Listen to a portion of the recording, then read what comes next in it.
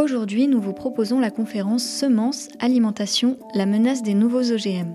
Elle est présentée par Éric Meunier, biochimiste et rédacteur au journal InfoGM, et a été enregistrée le 20 septembre 2022 au lycée agricole de Loisellerie à La Couronne. Cette soirée conférence et débat était organisée par le collectif Vigilance OGM et pesticides en association avec la Maison de l'Agriculture Biologique 16. Patrick Rivollet, président du collectif, introduit la soirée en nous présentant les différentes actions menées sur le sujet des OGM depuis une vingtaine d'années en Charente. Bonne écoute! On a travaillé la question des semences OGM qui à l'époque faisaient un peu l'actualité, les OGM d'origine transgénique. Et puis après, on s'est intéressé aux pesticides puisqu'on s'est rendu compte que les OGM qui étaient fabriqués, c'était pour utiliser avec ces semences des pesticides ou pour fabriquer des plantes produisant des pesticides. Donc c'est l'intitulé effectivement du collectif. Il y a eu une mobilisation de la société civile dans les fin des années 80, années 90, qui a permis en 2008 l'obtention d'un moratoire sur la seule culture génétiquement modifiée qui était à ce moment-là autorisée par l'Union européenne, qui était le maïs MON 810. Et en France, donc, il y a eu un moratoire. Donc, il n'y a plus de culture OGM obtenue par la technique de transgénèse de cultiver. Et depuis cette date de 2008, le dossier, pour tout un chacun, a été mis sous le tapis, en quelque sorte. Bon, il s'avère que nous, au collectif, dès fin 2008-2009, quelques personnes, on s'est intéressé aux techniques dites OGM, mais non encadrées par la directive européenne. Donc, c'est la grande famille des mutagénèses, dont Éric va développer et citer les différentes techniques. Et ce qui fait que ce dossier, on le suit depuis très très longtemps, à tel point qu'on a initié un recours auprès du Conseil d'État et de la Cour européenne de justice. Il y a eu un premier jugement en 2018, il y a un deuxième jugement attendu 2023. Et il y a une situation de fait, c'est qu'actuellement, dans les champs, en France, il y a des OGM de cultivés et sur des surfaces non négligeables. Personne n'est au courant, les paysans ne savent pas ce qu'ils sèment, les consommateurs ne savent pas ce qu'ils mangent. Donc il nous paraissait urgent de faire une mise au point.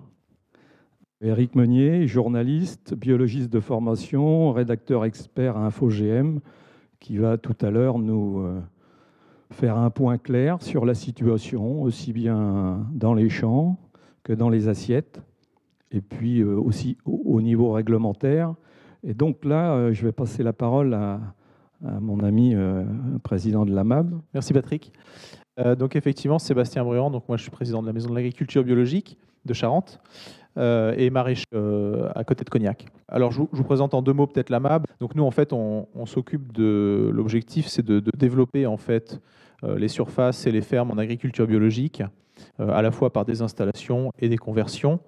Notre but, c'est à la fois de développer dans cette agriculture-là, mais aussi de représenter et d'accompagner techniquement les agriculteurs biologiques et également de mener une veille sur tout ce qui peut, de près ou de loin, en fait, nuire à l'agriculture biologique ou aux agriculteurs bio. Mais pour ça, il faut aussi qu'on en soit informé et ce n'est pas toujours simple. On a de nombreux combats à mener, dont celui dont on va vous parler ce soir. Bonsoir tout le monde. Donc, comme ça a été dit, moi je m'appelle Éric Meunier. Moi je travaille pour l'association qui s'appelle InfoGM, qui a été créée en 1999. Donc le débat sur les OGM commençait. Et cette association a été créée à cette époque-là avec un objectif qui est toujours valable aujourd'hui, qui était que si un débat public devait avoir lieu sur les organismes génétiquement modifiés, il fallait qu'il y ait une information qui existe. Or, à l'époque, certains observateurs avaient vu que les informations qu'il y avait dans les médias qui parlaient des OGM de temps en temps venaient la plupart du temps des services de communication des entreprises qui produisaient les OGM, ce qui est très bien pour avoir un point de vue et des arguments, mais que de l'autre côté, il y avait peu d'informations qui pouvaient venir avec une vision, on va dire, un peu plus critique ou détachée des choses. Donc finalement, InfoGM a été créé à cette époque-là, on est en 1999, Et depuis, ça fait effectivement donc 23 ans pour InfoGM qu'on produit de l'information sur les aspects scientifiques, sur les aspects juridiques, sur les aspects sociaux, parfois éthiques quand on y arrive, pour essayer un peu de décrypter l'actualité au long cours et l'actualité dans l'urgence. Bon, et depuis 23 ans, on va dire qu'effectivement, on n'a pas manqué d'actualité. Alors, je vais recommencer par le début, parce que j'ai pu rencontrer quelques personnes depuis que je suis arrivé sur Angoulême, et je me suis rendu compte que, comme ça a été dit, c'est-à-dire que l'acronyme même OGM parle encore à toute une génération de personnes, mais que depuis les années 90 et l'émergence du débat sur les OGM, l'adoption de la réglementation, il y a d'autres générations qui sont arrivées et certaines ne savent même pas forcément ce qu'est un OGM, ce que veut dire l'acronyme OGM. Donc, tous les aspects techniques ou réglementaires derrière, c'est encore un peu plus éloigné. Mais en fait, pour comprendre ce qui se passe aujourd'hui et ce qui va se passer demain et les enjeux, il faut revenir à cette base-là, à cette connaissance-là, pour avoir des notions qu'on est capable d'interroger ensuite. Donc les OGM, l'acronyme organisme génétiquement modifié, apparaissent pour la première fois. Alors bon, dans les laboratoires depuis les années 70-80, les chercheurs en recherche fondamentale ou appliquée font des OGM. Mais en fait, si on parle de la recherche appliquée et surtout des aspects commercialisation, le premier OGM, c'est c'est aux États-Unis, 1994. Alors, il y a plusieurs OGM qui apparaissent, mais au niveau commercial, c'est une tomate qui s'appelait Flavor Savor, qui est commercialisée aux États-Unis et qui, pour la première fois, est le premier végétal qui a la caractéristique d'être transgénique.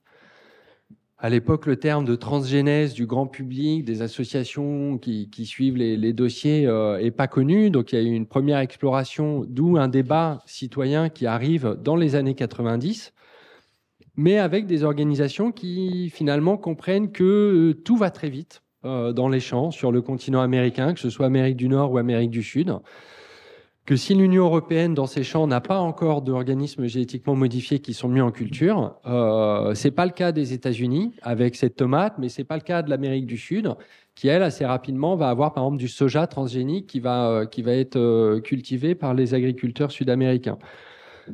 Donc, le point de vue européen, c'est finalement un point de vue non producteur d'OGM, consommateur d'OGM, principalement par le biais de l'alimentation animale, avec tous les sojas qui sont produits en Amérique du Sud, mais dans une Union européenne qui, paradoxalement, même si dès 1990, il y a une réglementation européenne qui existe, qui est la directive 90-220, qui établit des procédures d'autorisation, qui établit des analyses de risque, d'un point de vue connaissance des acteurs du dossier, du grand public, ça s'arrête là. Il y a juste des autorisations qui doivent être données. Et ces autorisations sont l'occasion, pour ceux qui se plongent dans les dossiers dans les années 90, d'en apprendre un peu plus sur ce qu'est la transgénèse. Donc la transgénèse, pour pas trop traîner sur les aspects scientifiques qui sont importants mais passionnent assez rarement, la transgénèse, c'est juste la capacité que des laboratoires peuvent avoir développée de transférer toute une séquence génétique, c'est-à-dire un vrai bloc génétique du génome d'une espèce au génome d'une espèce où il n'y a aucune compatibilité sexuelle. Donc, c'est-à-dire que dans la nature, il est impossible pour un maïs de pouvoir exprimer un gène bactérien qui va produire une toxine, la toxine Bt, de la même manière qu'il y a des sojas qui produisent de manière transgénique des protéines qui leur permettent de résister à tel ou tel herbicide, mais protéines que le soja, lui, ne va pas synthétiser correctement de manière naturelle. Donc l'idée de la transgénèse, c'est vraiment un transfert de matériel génétique par bloc d'une espèce à une autre avec aucune compatibilité sexuelle. De cette notion-là interviennent les questions en Europe de consommateurs, d'agriculteurs, bref, de plein de personnes, mais même dans le monde politique, qui disent « mais ils viennent de débarquer dans les champs aux États-Unis, en Argentine, quels sont les effets sur l'environnement ? C'est-à-dire, si on cultive en masse des plantes qui doivent tolérer des herbicides, est-ce que les quantités d'herbicides vont augmenter ? Si on produit en masse des maïs qui produisent des toxines insecticides qui tuent les insectes, est-ce qu'il n'y a que ces insectes-là qui meurent ? Est-ce qu'il y a tous les insectes qui vont mourir ? Est-ce que ça va provoquer des ruptures dans les chaînes alimentaires qui se trouvent dans les champs. Et puis pour la santé des consommateurs, c'est-à-dire si l'être humain le consomme, qu'est-ce qui se passe? Et de découvrir que sur le continent américain, les analyses de risques sanitaires ou environnementales se réduisaient à peau de chagrin. Parce que, alors vous vous rappelez, pour les plus anciens comme moi, vous vous rappelez peut-être des images de Bush qui visitent une ferme de Monsanto, et le discours qui est produit, c'est qu'il n'y a absolument aucun risque et aucune crainte à avoir, que ce soit d'un point de vue environnemental ou d'un point de vue sanitaire. Mais la culture dans l'Union européenne, représentée notamment par la France, il y a le principe de précaution. C'est-à-dire qu'il y a quand même certains articles scientifiques qui commencent à émerger et qui expliquent, bon, il faut y regarder de plus près sur si on consomme une toxine insecticide, si on augmente encore les utilisations d'herbicides, il faut qu'on soit plus vigilant. Donc là-dessus, l'Union européenne, on est fin des années 90, en 98, décide de mettre à jour sa législation européenne sur les OGM. Elle reprend l'évaluation des risques qui était prévue initialement, elle reprend le principe d'autorisation, mais dès début des années 2000, la nouvelle législation est adoptée en 2001. 2 ans après, elle adopte 2 règlements, dont un qui va avoir un impact très important au niveau du commerce international, évidemment, mais aussi pour les agriculteurs, les transformateurs dans des filières et les consommateurs qu'on est tous, c'est qu'elle va imposer l'étiquetage des OGM.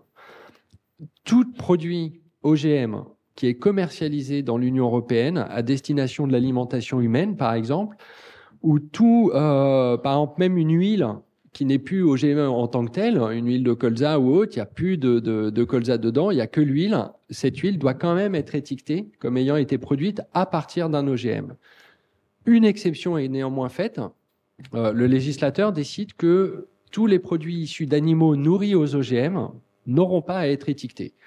Donc, ce qui échappe à l'étiquetage, ça va être les œufs, ça va être des steaks hachés, ça va être du lait, bref, tous les produits animaux qui sont issus d'animaux qui, eux, ont été nourris aux OGM, échappent à l'étiquetage. Ce qui explique pourquoi, même encore aujourd'hui, dans l'Union européenne, les OGM transgéniques, donc pour vous vous rappelez le terme de transgénèse, c'est-à-dire ceux dans lesquels on a déplacé un bloc génétique complet d'une espèce à une autre, les OGM transgéniques ne sont quasiment pas dans nos assiettes. Par contre, ils représentent à peu près 70%, alors les pourcentages peuvent varier selon qui fait les études, mais 70% de l'alimentation animale dans l'Union européenne est composée d'OGM. Parce que l'absence d'étiquetage veut dire, alors pour le dire d'une manière peut-être engagée, mais pas tant que ça, veut dire absence d'information du consommateur. Donc le consommateur, quand il consomme des produits animaux, sauf à s'en remettre à certains cahiers des charges qui excluent spécifiquement les OGM, ne peut pas savoir si l'animal a été nourri avec des OGM ou pas.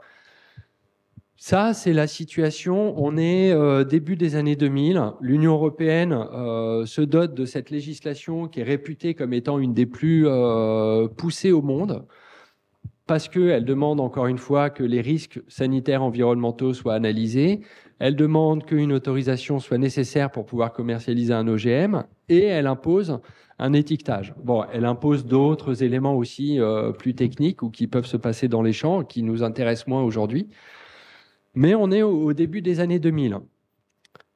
Malgré ça, le débat citoyen, malgré la législation européenne, continue avec force au début des années 2000. Parce que finalement, avec le dossier OGM, on a rapidement dépassé les seules questions d'impact sanitaire ou environnementaux pour être entré dans les questions de quel modèle agricole va utiliser les OGM transgéniques, quels produits phytosanitaires, quels intrants chimiques vont être nécessaires, quels vont être les impacts, encore une fois, sur l'environnement en général, mais surtout d'un point de vue propriété intellectuelle, comment ça se passe avec les OGM? Parce que dans l'Union européenne, on sait que les variétés sont protégées par ce qu'on appelle un certificat d'obtention végétale, mais là, on parle de plantes qui sont brevetées. Alors, les brevets sur le vivant sont possibles depuis les années 80. Le premier, 85, une bactérie génétiquement modifiée aux États-Unis.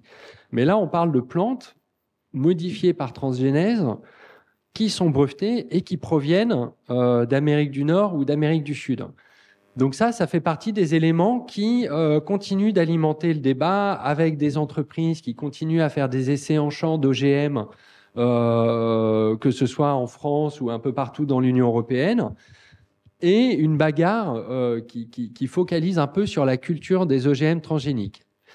Tout ça pour aboutir, Patrick l'a rappelé tout à l'heure, pour ce qui concerne la France, avec un gouvernement français qui, en 2008, au vu du débat, au vu des questions qui sont soulevées, au vu des risques potentiels, et puis bon, au vu évidemment de ce que les acteurs ont pu lui faire remonter, décide de prendre par décret une interdiction de mettre en culture un OGM transgénique, qui était un maïs OGM, le maïs MON 810, si vous aimez les acronymes, bref, celui qui produit une toxine qui tue les insectes, et qui à l'époque se trouvait être, et c'est encore le cas aujourd'hui, le seul maïs OGM autorisé à la culture dans les champs en Europe.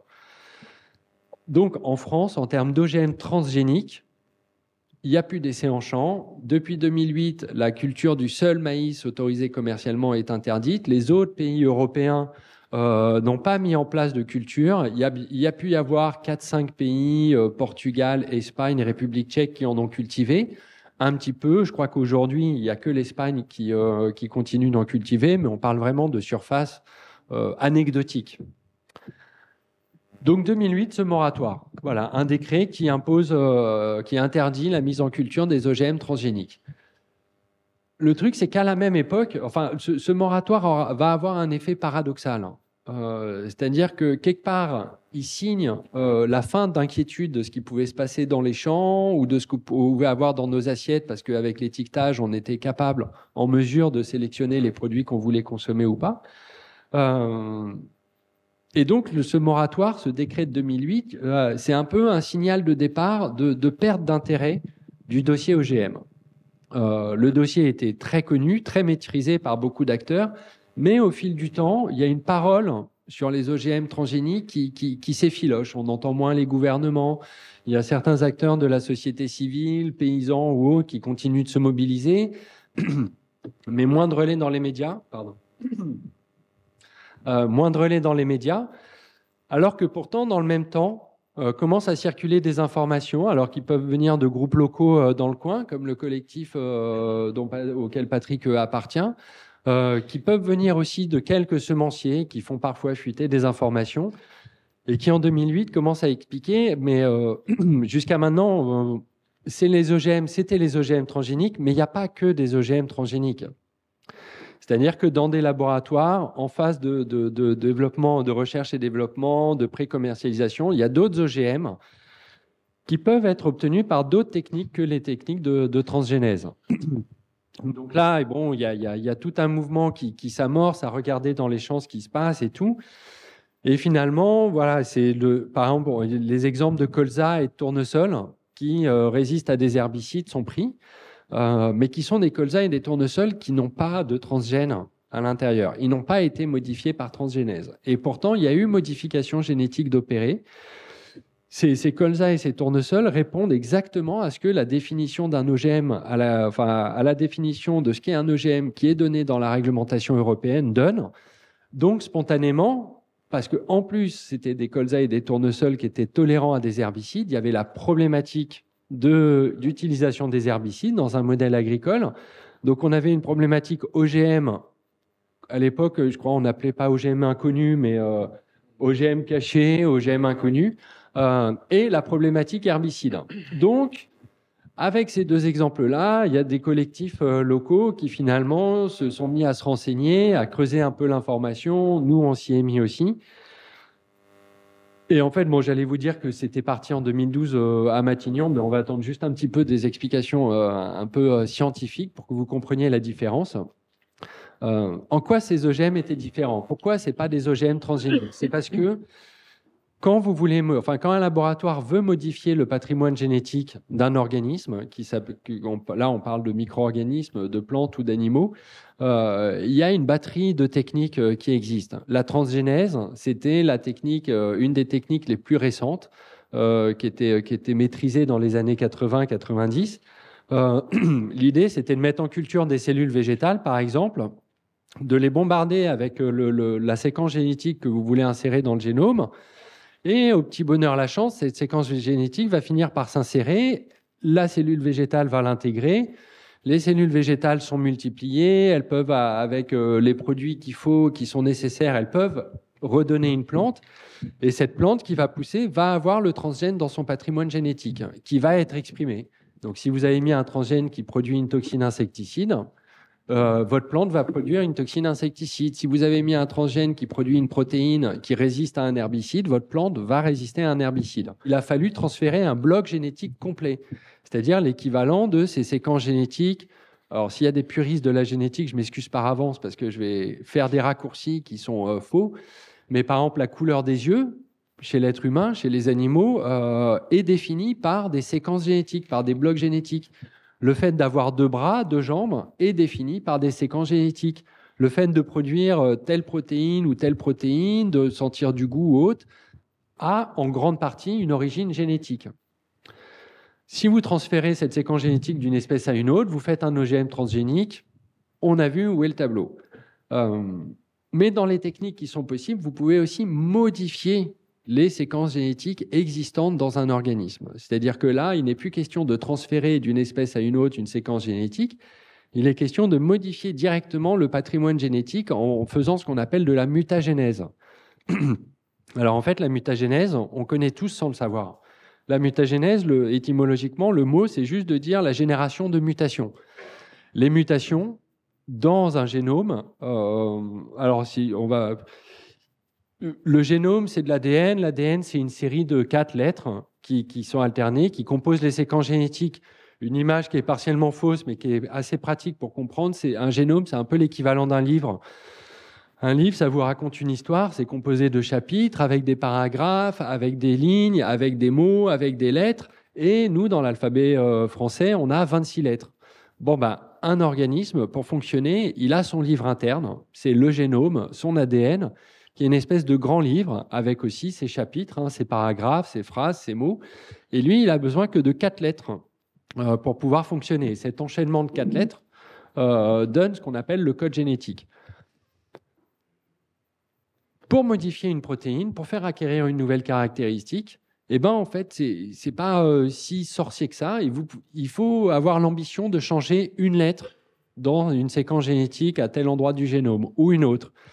Quand je dis qu'on connaît tous les mutations, par exemple, si vous avez déjà pris le soleil en maillot de bain au bord de la mer, généralement, alors bon, il y en a qui sont plus forts que ça, mais on met de la crème solaire.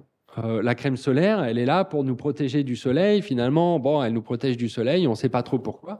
En fait, la raison, elle est toute simple. C'est quand on se met nu face au soleil, notre peau n'a plus la protection des vêtements, donc on s'expose aux rayons UV du soleil. Et les rayons UV du soleil, si on les prend trop longtemps, en fait, ils traversent notre corps, ils frappent les cellules. En frappant les cellules, ils frappent l'ADN et ils peuvent casser l'ADN. À ce moment-là, l'ADN, lui, il va se réparer. Et parfois, en se réparant, il va faire des erreurs. Il ne va pas se réparer à l'identique. Il va y avoir une base qui était un A qui va devenir un C, ou il va y avoir un T qui va devenir un G. Et ça, la plupart du temps, les mutations peuvent n'avoir aucune conséquence. Mais il y a des mutations plus problématiques qui peuvent provoquer des cancers de la peau. Si vous passez votre vie au soleil sans mettre de crème solaire, vous pouvez finir par développer un cancer de la peau. Donc, les mutations, on connaît tous, on vit avec. On est tous, par rapport à nos parents, vous avez sûrement en tête qu'on est tous le fruit de nos parents, évidemment. Donc, on a la moitié du génome d'un de nos parents, vous avez la moitié du génome de l'autre parent. Mais dans cette reproduction, il y a des mutations. On n'est pas à l'identique. Ça, c'est ce qu'on appelle les techniques de mutagénèse. C'est-à-dire, on a vu les OGM transgéniques où il y a un transfert de la séquence, d'une séquence d'une espèce à une autre. Là, il n'est plus de question de transfert de séquence, il est question d'aller provoquer des mutations directement dans le génome. Une technique qui, à bien y regarder, depuis les années 60-70, peut être faite sous certaines formes dans les laboratoires. Même, il y a des plantes qui ont été obtenues comme ça, qui ont été commercialisées. Depuis les années 70, le travail se fait sur une plante entière ou sur une graine, en tout cas sur une partie végétale qui est capable, qui a encore son autonomie, qui est encore capable de se reproduire, de donner une plante, d'avoir des filles ou autre. Et ça, les mutagénèses, elles sont couramment faites en utilisant soit des produits chimiques, soit des rayonnements UV. Dans les deux cas, vous provoquez des mutations, vous ne savez pas trop combien, vous ne savez pas trop où, mais votre plante, vous la remettez à cultiver, vos graines, vous les remettez en culture, vous avez des plantes qui poussent, et puis dans le tas, vous regardez s'il y a une plante qui a une nouvelle caractéristique, qui a un épi en plus, qui est un peu plus grande que les autres, qui va tolérer un herbicide, qui va résister à des insectes. Et cette plante-là, vous pouvez la sélectionner et travailler avec. Ça, c'est depuis les années 70 à peu près, peut-être 60. C'est une technique de mutagénèse qui donne des organismes génétiquement modifiés. Et ça, dès les années 90, le législateur européen avait prévu ce cas particulier de dire que la mutagénèse donne des organismes génétiquement modifiés, mais comme certaines plantes existent, sont commercialisées déjà depuis les années 70, pas en grande quantité, mais il existait alors un certain recul, ce qui fait que quand on a repris la législation en 2001, le législateur a conservé cette notion que la mutagénèse donne des OGM, mais il a dit la mutagénèse, pour les techniques de mutagénèse qui ont ce qu'on appelle un historique d'utilisation sans risque, c'est-à-dire qu'on a déjà utilisé des plantes obtenues par ces techniques de mutagénèse-là, il n'y a pas de risque particulier, on a pu les consommer, les mettre en culture. Donc dans ce cas particulier, certes c'est des OGM, mais ils ne seront pas soumis à la législation. Donc pas d'autorisation nécessaire, pas d'évaluation des risques et pas d'étiquetage. Mais là, on parle de techniques de mutagénèse qui sont dans les années 60-70. Qu'est-ce qui se passe en 2008 Si on revient au tournesol ou au colza dont on parlait tout à l'heure, j'ai aucune idée de l'heure. Dont on parlait tout à l'heure, c'est des OGM qui ont été obtenus par une technique de mutagénèse. Mais en fait, le terme même de mutagénèse renvoie à la nature de la modification génétique que vous avez faite. Vous avez provoqué des mutations. Il ne renvoie pas à une seule et unique technique. Il n'y a pas qu'une technique de mutagénèse. Il y a plusieurs techniques de mutagénèse. Il y a des techniques de mutagénèse qui vont utiliser des produits chimiques. Il y a des techniques de mutagénèse qui vont utiliser des rayonnements UV. Quand vous les mettez en œuvre sur des plantes entières ou sur des graines, des semences, là, vous êtes sur une technique de mutagénèse qui a cette historique d'utilisation sans risque.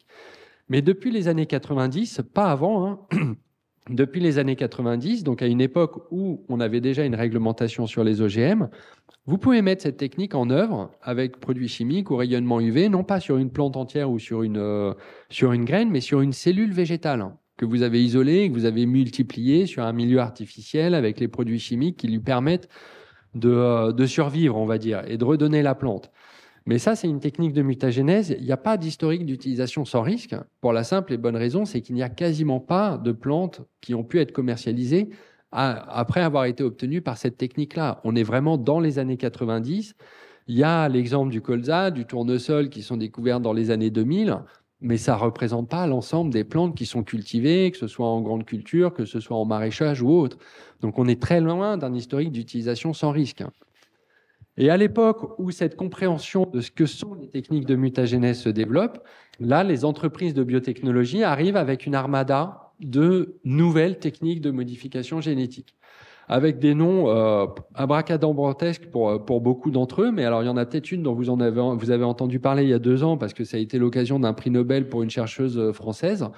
C'est la technique CRISPR-Cas9. Donc, en fait, ça, c'est des techniques... on va dire qu'il y a des techniques qui utilisent des méganucléases, CRISPR-Cas9, TALEN. Bon, je vous donne ces exemples pour vous donner des exemples de mots que, a priori, vous ne connaissez pas, qui ne sont pas très parlants. Mais pour vous donner une idée, si jamais vous les recroisez, ou au moins vous saurez, vous direz, tiens, j'en ai déjà entendu parler. Ça, c'est des noms de protéines qui sont utilisées parce qu'elles ont la faculté, comme des ciseaux, de couper l'ADN. Donc, comme un rayonnement UV va casser l'ADN, comme un produit chimique va casser l'ADN, ces protéines, elles peuvent couper l'ADN. Et une fois que l'ADN est coupé, en fait, vous êtes libre de faire ce que vous voulez. Vous pouvez insérer un transgène, vous pouvez laisser l'ADN se réparer tout seul et avoir des mutations qui apparaissent. Vous pouvez donner à votre cellule une toute petite séquence génétique qui a la mutation que vous souhaitez insérer, et puis vous la laissez la cellule faire et elle intègre la mutation. Bref, il y a toute une batterie de techniques qui, à l'époque, sont appelées les nouvelles techniques de modification génétique. Et là, on rentre dans une période, donc on est, encore une fois, après le moratoire en France, où le débat sur les OGM devient très, très intense dans les instances internationales, dans les instances européennes, dans les couloirs de ministères. Il y a certains groupes locaux qui lâchent pas l'affaire, qui s'accrochent à ce débat, mais ils passent un peu sous les radars. Et pourtant, c'est un débat qui est fondamental parce que les entreprises, avec ces nouvelles techniques de modification génétique, elles vont jouer une nouvelle carte auprès des responsables politiques, que ce soit nationaux ou européens, qui est de leur dire ces nouvelles techniques ne donnent pas des OGM. C'est-à-dire, on est sur des techniques, on n'insère plus de séquences génétiques étrangères, on n'insère plus de transgènes, on fait juste des petits changements dans le génome. Il n'y a pas d'insertion d'ADN étranger, donc ce ne sont pas des OGM. C'est-à-dire, on rentre dans une période où même la législation européenne, alors je dis ça avec un demi-sourire parce qu'il y a des responsables politiques qui ont oublié leur propre législation européenne, mais allez savoir comment, même nous, à InfoGM, il y a eu une période, on avait oublié ce que la législation européenne sur les OGM disait. Pour nous, les OGM, c'était transgénique, point. S'il n'y avait pas de transgène, c'était pas OGM.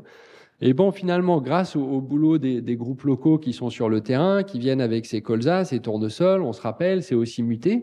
Mais les entreprises, elles font face à des responsables politiques qui n'ont pas forcément cette connaissance scientifique-là, qui n'ont même pas forcément la connaissance juridique de leur propre législation. Et là, s'ouvre une période, pendant une dizaine d'années, on va dire, jusque 2018, où c'est à coup d'échange d'arguments. Il n'y a pas d'insertion d'ADN étranger, donc ce n'est pas des OGM. Notre technique est très précise, on est capable de faire une seule et unique mutation. Et vous savez quoi, en fait, cette mutation, elle peut même apparaître spontanément dans la nature. Donc vous n'allez pas nous faire étiqueter OGM des produits qui peuvent aussi exister dans la nature. Et s'ils existent dans la nature, il n'y a aucun risque. Et là-dessus, en fait, on voit que le monde politique a une oreille qui tarde à s'ouvrir pour les entreprises, mais qui commence à s'ouvrir un petit peu. Sauf que sur cette période-là, si vous vous rappelez, les associations locales, comme le collectif du coin, là, le collectif Vigilance OGM Pesticides 16 de Charente, avec 7 ou 8 autres structures, eux, ils ont continué à interroger les ministères. Et ils ont notamment été jusqu'à Matignon, c'était Manuel Valls à l'époque qui était Premier ministre, en lui demandant en 2012, nous là, on a des OGM et ils sont en culture en France. Or, le gouvernement français a pris un décret, il interdit la culture des OGM pour le maïs transgénique, certes, mais vous voyez bien dans la dynamique, c'est des OGM qui tolèrent les herbicides. Il faut un débat sur l'utilisation des herbicides, comme ça a commencé. Donc nous, on vous demande, demandez au Premier ministre en tant qu'organisation qu'un moratoire soit pris. Le temps que, un peu à l'image de ce qui s'était fait dans les années 90 sur les OGM transgéniques, le paysage soit un peu plus maîtrisé, qu'on sache ce qu'il en est, qu'est-ce que ça va être, ces nouveaux herbicides qu'on va utiliser et autres. Bon, le Premier ministre de l'époque ne répond pas, alors je ne vais pas rentrer dans le détail d'une procédure qu'en plus moi je ne connais pas, que j'ai vue de l'extérieur. Tout ça pour dire que, en partant d'une simple lettre au Premier ministre pour demander un moratoire, ces 8 organisations se sont retrouvées à la Cour de justice de l'Union européenne. La Cour de justice de l'Union européenne, c'est un organe qui est loin de nous et tout, mais n'empêche qu'elle est importante parce que quand la Cour de justice de l'Union européenne rend un arrêt qui dit en Europe, le droit c'est ça et pas autrement, tout le monde est dans l'obligation de respecter cet arrêt. C'est un peu l'équivalent, nous je crois que c'est le Conseil constitutionnel ou Conseil d'État, c'est l'équivalent de la Cour suprême aux États-Unis. Donc, voilà, lettre au Premier ministre, pas de réponse, saisie du Conseil d'État. Le Conseil d'État, on est entre 2012 et 2018, peut-être 2015, 2016, dit le dossier, c'est un dossier européen, c'est les OGM, on interroge la Cour de justice de l'Union européenne. Et en 2018, la Cour de justice de l'Union européenne rend un arrêt qui redit à la Commission européenne ce que plusieurs acteurs, dont les associations dont je vous ai parlé, disaient depuis longtemps. En fait, le caractère transgénique, c'est pas ça qui définit ce qu'est un OGM. Un organisme génétiquement modifié, d'après la loi européenne, c'est un organisme dont le patrimoine génétique a été modifié d'une manière qui ne s'effectue pas naturellement, peu importe la technique que vous utilisez, peu importe la caractéristique finale que vous obtenez. Ce qui compte, c'est et la manière et la nature du produit à la fin. La mutagénèse, la Cour de justice de l'Union européenne rappelle la mutagénèse, parce qu'elle parle de la mutagénèse, mais on parlait aussi des techniques de mutagénèse, il y en a plusieurs. Elle dit c'est des techniques qui donnent des OGM. Et certes, des techniques de mutagénèse peuvent ne pas être soumises à la réglementation européenne, mais c'est les techniques qui ont été développées dans les années 60-70. Ce n'est pas les dernières techniques qu'on appelle les techniques de mutagénèse dirigées par oligonucléotides ou les techniques de mutagénèse dirigées, quel que soit l'outil que vous utilisez pour diriger votre modification génétique. Bon, arrêt de la Cour de justice de l'Union européenne. Depuis, alors je ne sais pas, il faut que j'accélère ou... En gros, ce serait très bien. Depuis, silence radio. C'est-à-dire, on aurait pu attendre à ce que la Commission européenne reconnaisse s'être trompée dans la lecture du droit et que distille des informations, notamment sur les colzas ou les tournesols rendus tolérants aux herbicides qui avaient été trouvés en France. Aucune information n'est disponible, ou alors il faut vraiment gratter fort pour pouvoir espérer obtenir quelque chose. Par contre, quelle a été la réponse de la Commission européenne ? Évidemment, ce n'est pas la Commission européenne toute seule. C'est-à-dire, à l'époque, les entreprises de biotechnologie, avec cet arrêt de la Cour de justice de l'Union européenne, elles, c'est tout un marché commercial qui va à nouveau leur demander d'étiqueter leurs produits OGM. Donc, d'un point de vue commercialisation, on sait en Europe qu'un produit qui est étiqueté OGM, les gens ont du mal à le consommer. Il y en a qui peuvent. Enfin, moi, j'ai jamais rencontré quelqu'un qui voulait absolument consommer des OGM, mais on peut imaginer que ces étiquettes puissent servir aussi à dire allez-y, choisissez-moi. Non, les entreprises de biotechnologie, donc là, on parle des Syngenta, Bayer, enfin vraiment les multinationales semencières. Leur réponse à elles, c'est à cet arrêt de la Cour de justice de l'Union européenne, elle est un peu double. La première, c'est de dire la Cour de justice de l'Union européenne n'a pas compris. Elle n'a pas compris ce qu'on fait au niveau scientifique. Elle n'a même pas compris quel était le droit au niveau européen. Bon, alors, dire de juges qui ne comprennent pas la science, ils ont quand même bossé dessus, mais pourquoi pas. Par contre, dire que ces juges de la Cour de justice de l'Union européenne méconnaissent le droit européen, c'est un peu plus compliqué. Mais en tout cas, voilà, leur première réaction a été de dire la Cour de justice de l'Union européenne s'est trompée. Et la deuxième réaction a été de dire en fait, il faut changer la réglementation sur les OGM en Europe. Le marché européen ne peut pas continuer à exiger de nous qu'on fasse des analyses de risques sanitaires ou environnementaux, ne peut pas continuer à exiger qu'on continue à étiqueter les produits comme étant OGM ou produits à partir d'OGM. Donc, on demande à ce que la législation européenne soit modifiée. Et là, donc aujourd'hui, on est en 2022, donc ça fait 4 ans que la Cour de justice de l'Union européenne a rendu son arrêt. Bon, depuis, elle a été ressaisie sur d'autres aspects, mais qui ne remettront pas en cause de toute façon son premier arrêt. Et là où on en est rendu aujourd'hui, en gros, c'est la Commission européenne qui a fait 2 consultations publiques entre l'année dernière et cette année et qui a annoncé pour le second trimestre 2023, donc le second trimestre, ce sera entre avril et juin 2023, une proposition d'un nouvel encadrement réglementaire des OGM en Europe. Et pour ça, elle a développé plusieurs arguments. Le premier argument, c'est de dire l'Union européenne est un îlot sur Terre qui a une législation sur les OGM aussi poussée, qui impose l'étiquetage sur les OGM, qui impose l'évaluation des risques sur les OGM. Et elle dit, en fait, la majorité des pays, sur les nouveaux OGM, ils ont déjà acté que ce ne serait pas réglementé comme des OGM. Bon, ça, nous, on s'est renseigné, c'est factuellement faux. Dans le monde, vous avez quand même encore une majorité de pays qui se sont positionnés en disant, nous, nouveau OGM, ancien OGM, peu nous importe, un OGM, c'est un OGM, on le réglemente, on analyse les risques et tout. Mais la Commission européenne va plus loin. Alors, si vous suivez l'actualité au niveau européen, vous vous rappelez peut-être, c'était il y a 2 ans, je crois, mais même encore l'année dernière, sur un sujet complètement différent, la Commission européenne avait proposé d'étiqueter le nucléaire comme étant une énergie verte. Alors, je ne sais pas s'ils avaient été jusqu'à dire renouvelable, je ne crois pas, mais en tout cas, ils s'étaient étiqueté énergie verte. Pour les nouveaux OGM, elle a annoncé à peu près l'équivalent. C'est-à-dire son intention est de mettre en place une proposition aux États membres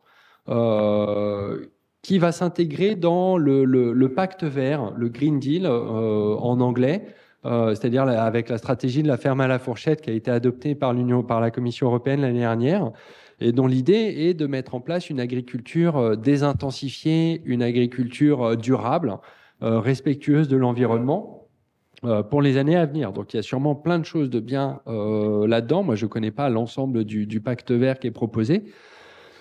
Dans le cas des nouveaux OGM, la Commission européenne, dans les scénarios qu'on a vus, elle envisage 3 cas de figure. Si un organisme génétiquement modifié ne peut pas être différencié théoriquement de ce qui se passe dans la nature, parce que vous vous rappelez, la transgénèse ne peut pas avoir lieu naturellement, mais l'apparition de mutations peut avoir lieu naturellement. Donc la Commission européenne, avec l'argumentaire d'entreprise, fait l'hypothèse qu'un OGM produit en laboratoire de manière artificielle peut être semblable ou non différenciable d'un OGM qui pourrait apparaître naturellement. Dans cette hypothèse-là, elle dit si l'OGM qui veut être commercialisé n'est pas différenciable en théorie, j'insiste, de ce qui peut apparaître dans la nature, il n'y aura pas besoin d'autorisation. Il n'y aura pas besoin d'évaluation des risques et il n'y aura pas besoin d'étiquetage. Le second cas de figure, il va encore un petit peu plus loin, c'est si ce même OGM, qu'il soit différenciable ou pas d'ailleurs, c'est un OGM qui est qualifié de durable, qui peut être utilisé dans le cadre d'une agriculture durable, à ce moment-là, il y aura un étiquetage qui ne sera pas OGM, mais qui sera un étiquetage, alors, comment ils l'appelleront, je ne sais pas, mais enfin qui dira durable sur les produits. Et puis le dernier cas de figure, ah oui, alors pardon, si vous vous demandez quels peuvent être les OGM durables, je crois que dans les hypothèses assez raisonnables qu'on peut faire, c'est un peu compliqué en ce moment parce que les nouveaux OGM, il n'y en a aucun de commercialisé. Il n'y en a même que quelques-uns qui sont proches de la commercialisation. Donc, quelles vont être la nature de ces OGM ? On ne sait pas trop. On peut juste s'en remettre aux promesses que les entreprises font. Donc, autant sur les OGM transgéniques, dans les années 90, il y avait plein de caractéristiques, des aliments plus nutritifs, des plantes qui poussent mieux, plus fort, plus haut, plus loin, tout ce qu'on veut. Au final, les OGM transgéniques, c'est 4 plantes. C'est le colza, le soja, le coton et le maïs, merci, et pour 2 caractéristiques. La tolérance aux herbicides, 80% des OGM transgéniques qui sont cultivés dans le monde, et la résistance aux insectes pour les 20% qui restent. Dans le cadre des nouveaux OGM, on est reparti dans une période de promesses. Donc on a la promesse d'OGM qui vont pouvoir pousser avec beaucoup moins d'eau en cas de sécheresse, ou au contraire qui vont pouvoir pousser avec trop d'eau en cas d'inondation. On va pouvoir avoir des OGM qui vont résister à des chaleurs incroyables, qui vont avoir des qualités nutritives bien plus importantes. Ouais, il y aura certes peut-être quelques OGM qui toléreront des herbicides, mais apparemment la volonté politique est que ces OGM-là ne soient plus commercialisés. Donc, on peut imaginer toute une batterie, si vous reprenez les annonces qui sont faites, que nous, on appelle promesses, il y a de quoi faire. Donc, dans ce cas-là, une agriculture durable pourra être amenée à utiliser des OGM durables parce qu'ils seront plus nutritifs, ils permettront de diminuer les intrants chimiques, et pourquoi pas, puisque le nucléaire était une énergie verte pour la Commission européenne, des OGM qui tolèrent des herbicides, en théorie, ils doivent permettre de diminuer l'utilisation d'herbicides d'intrants chimiques dans les champs, donc il pourrait avoir aussi le qualificatif de durable.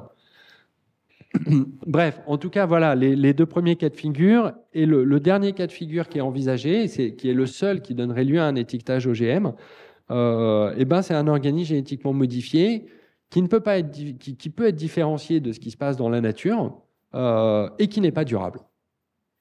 Maintenant, nous, on n'a pas encore compris quels seraient ces OGM.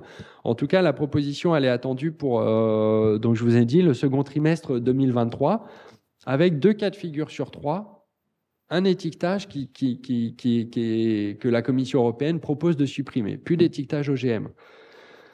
Et en fait, je vais finir là-dessus, d'une part parce que je crois que j'ai largement dépassé, peut-être que j'ai commencé à vous assommer un petit peu. Quelle est la problématique de cette absence d'étiquetage ? Il y a 2 manières de voir les choses. Si on se place d'un point de vue du consommateur, Moi, je suis un consommateur, un citoyen consommateur. Je ne suis pas du tout un professionnel du monde agricole, donc je suis un citoyen consommateur. On peut aussi se placer du point de vue du professionnel, l'agriculture. Le paysan, la paysanne, agriculteur, agricultrice, le transformateur aussi, le long d'une filière de transformation. Pour moi, en tant que consommateur, citoyen consommateur, une perte de l'étiquetage OGM veut dire que je n'ai plus l'information sur ce que je consomme, dans le domaine OGM évidemment, et donc je n'ai plus je perds ce choix-là. Je vous passe, moi, en tant que journaliste, aussi toutes les informations que ça fait perdre pour suivre le dossier OGM. Mais en tout cas, en tant que consommateur, je ne suis plus en position de pouvoir choisir ce que je consomme ou pas. Pour le professionnel en agriculture, le paysan, la paysanne, on utilise les termes qu'on veut. Déjà, en tant que consommateur, la personne sera comme moi. Elle ne pourra plus choisir ce qu'elle consomme. Mais le problème, il va aller plus loin pour elle. C'est-à-dire qu'elle ne saura plus ce qu'elle sème dans son champ, ou elle ne connaîtra plus la nature OGM des produits qu'elle transforme. Et là, c'est pour ça que c'était bien d'être tous les trois. Vous imaginez bien que pour quelqu'un qui est en agriculture conventionnelle, si la personne fait le choix d'utiliser des OGM, qu'il y ait des étiquettes, à la limite qu'il n'y ait pas d'étiquette, ça peut libérer un marché. Donc, de toute façon, il n'y a pas de choix qui a été fait d'un point de vue modèle agricole pour exclure les OGM. Mais il y a quand même toute une filière agricole qui peut avoir adopté des cahiers des charges qui excluent spécifiquement les OGM, notamment la filière bio. Je dis notamment. Il y a tous les labels. Oui, il y a beaucoup de labels qui excluent les OGM. Pour ces acteurs-là, le problème, l'absence d'étiquetage, il va être très, très problématique. C'est-à-dire, ces acteurs-là vont rentrer dans une période où, en fait, pour pouvoir continuer à assurer aux consommateurs qu'il n'y a pas d'OGM, il va falloir aller chercher l'information beaucoup plus loin que l'étiquette qui est sur un lot de semences ou qui sont sur des produits qui vont être transformés. Du côté des entreprises, vous comprenez bien que leur objectif... priver les consommateurs de cette information-là. Et alors, j'utilise le terme privé volontairement, parce qu'à InfoGM, on n'est pas engagé militant dans le débat, mais on l'est sur la transparence de l'information. Et là, la revendication, l'objectif est clair, c'est ne plus avoir d'étiquette OGM. Pour les entreprises, ne plus avoir d'étiquette OGM, ça veut dire que les consommateurs n'ont plus le choix, donc potentiellement un marché qui s'ouvre de manière beaucoup plus importante, mais... Et alors, en fait, en le disant, je me dis que je n'aurais pas du tout le temps d'aller sur ce sujet-là. Mais vous vous rappelez, au début, ce que je vous disais, on parle quand même de plantes, d'organismes qui sont brevetés. Pour faire très, très rapide, parce que je ne vais pas avoir le temps de rentrer dans le sujet du brevet sur le vivant, qui n'est pas complexe, mais enfin, qui est, moi, je trouve passionnant, mais qui nécessite un peu plus que 3-4 phrases comme ça. Pour faire très simple, l'étiquetage OGM, il représente un avantage. Outre le fait d'avoir le choix sur ce que vous consommez, c'est que pour un transformateur ou un agriculteur, qui dit étiquette OGM, dit brevet. Ça veut dire que l'étiquette OGM, en renseignant la nature OGM d'une plante ou d'un lot de semences, renseigne sur la présence des brevets dans cette plante ou cette semence. Ces semences. Si vous enlevez l'étiquette OGM, vous n'enlevez pas les brevets qui sont dans les plantes. Donc vous avez aussi toute l'agriculture qui va se mettre à utiliser des plantes brevetées qui contiennent des brevets sans même savoir qu'il y a des brevets qui sont dedans, sans même savoir combien ni à qui ils appartiennent.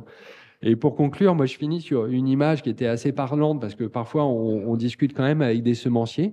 Et voilà, il y a un semencier c'est une anecdote qui est un peu connue par ceux qui suivent le dossier, qui un jour avait expliqué, pour faire très très simple, il disait avec les OGM transgéniques, certes, nous, en tant que semencier, on fait de l'amélioration variétale. Donc, on peut éventuellement repartir de plantes transgéniques. Mais l'avantage avec le transgène, c'est que certes, on est sur une plante où il y a un brevet, mais on sait quel est le brevet. On sait qu'on peut l'enlever en enlevant le transgène. Donc, finalement, voilà, on a une carte qui nous renseigne.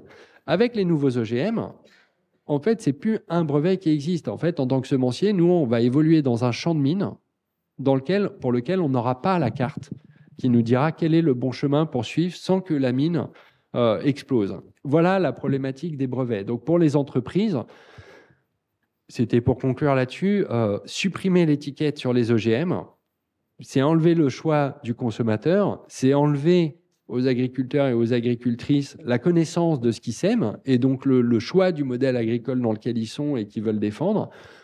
Et pour les entreprises, c'est avoir une capacité d'avoir des brevets qui vont diffuser d'une manière beaucoup plus vaste, quoi.